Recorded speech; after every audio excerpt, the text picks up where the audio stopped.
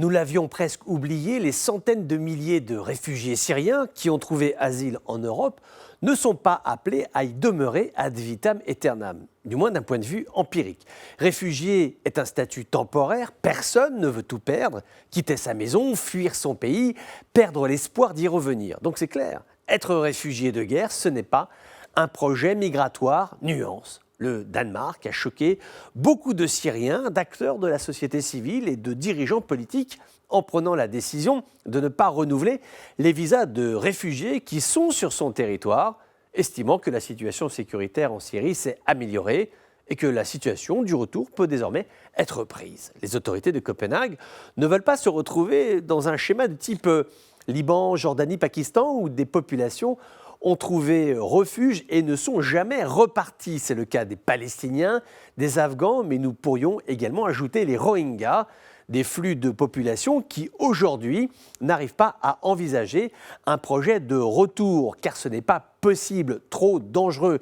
Les gens ne veulent pas partir, ils demandent qu'une chose, c'est rentrer à la maison, mais les conditions ne s'y prêtent pas. C'est ce qui est choquant dans la posture danoise, c'est qu'elle sous-entend que les réfugiés ne seraient que des profiteurs qui ne pensent qu'à une chose, abuser de l'Europe et de ses avantages sociaux. Quand Copenhague dit que la situation s'est améliorée, il faudrait s'entendre sur le mot « améliorer ». Il y a toujours des attentats sur des réseaux, Raqqa, Alep, le nord n'est pas sécurisé, le sud de la Syrie, ça va un peu mieux, mais récemment encore, il y a eu des échanges de missiles entre la Syrie et Israël. Alors oui, ce n'est plus le conflit généralisé d'autrefois, mais de là à dire que la situation a retrouvé son calme, non.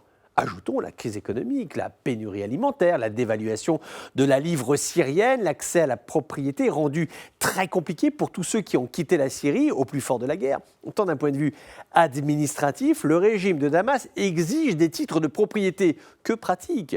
Les maisons, les appartements abandonnés ont été soit détruits, il faut reconstruire, ça coûte cher, soit ils sont occupés par d'autres familles, il faut exproprier, ce n'est pas simple, soit les biens ont été volés par des miliciens armés, sachant que la personne qui vient et qui arrive à reconstruire une cuisine, quand elle ouvre son robinet, il n'y a pas d'eau, très peu, et encore, nous ne parlons pas du chômage, de la corruption, de la Covid-19. Enfin, dire que ce sont des conditions acceptables pour un retour au pays, c'est vraiment de la mauvaise foi de la part des autorités du Danemark.